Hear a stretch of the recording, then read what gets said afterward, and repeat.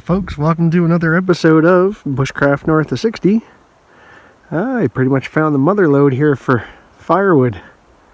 This should last me for a while, I would dare say. No one else has been picking at it, so I doubt it's highly contested, we'll put it that way. Some standing deadfall here, pretty sweet. So I'm going to get the silky out and get the toboggan there filled out, and then head back over to camp. So stay tuned. Well, that ought to keep me busy for a little while. It's mostly barkwood, so my clothes are turning black pretty quick, but such is life. We'll head back to the tent and get this sorted. Well, coming back over to the lake now. Private piece of paradise.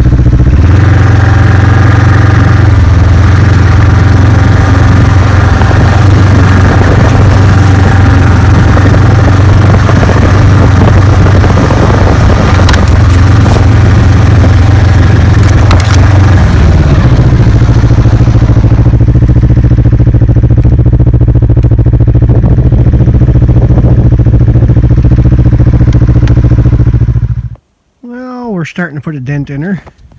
Welcome to Aaron's pandemic workout. It's all arm power pretty much, so in this case I got the old silky big boy professional 2000. The handle used to be yellow before I got all this burnt wood.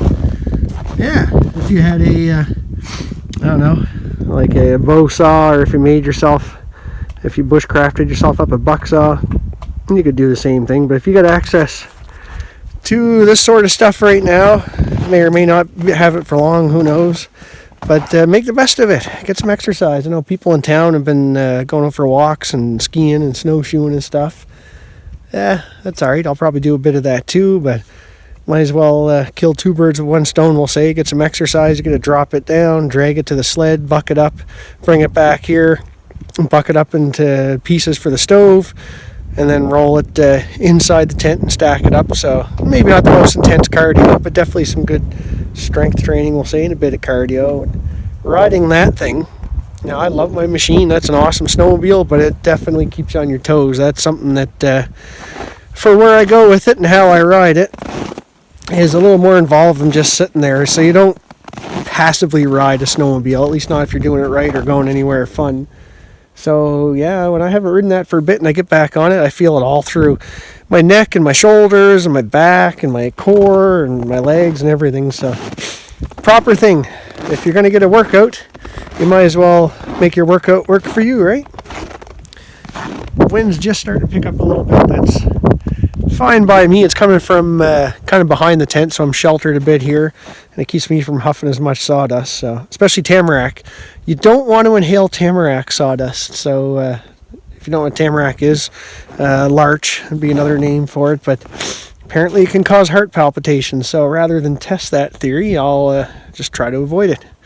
There's enough stuff going around the world, you don't need to be huffing sawdust as well. And I've got all my gear inside drying out. Stove's going. There's not hardly any smoke, so she's nice and hot and clean now. I'm going to keep chopping away here, and we'll see you folks a little bit. Well, here's a neat little trick you can do.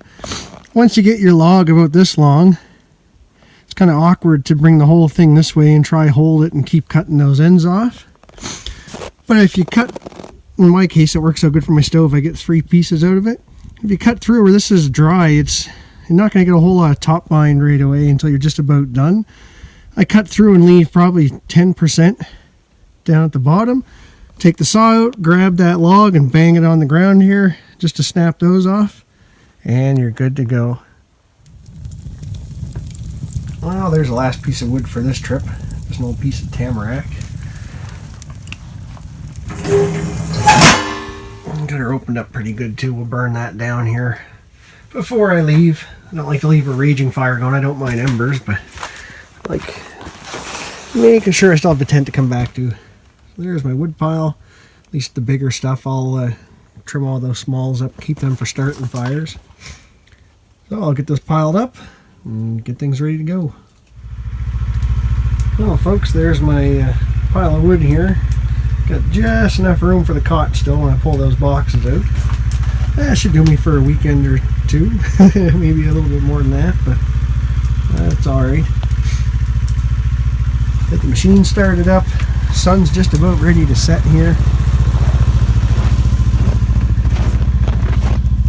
Yeah, it just dipped back down in behind the hill there, so it's a little bigger hill than the surrounding horizon, we'll say. But it is currently, let's see, 7:30 at night, 1929 on my watch. So I got about a half hour, quote-unquote, daylight, sunlight, we'll say, and then a bit of light after that, but that's fine, that'll get me home.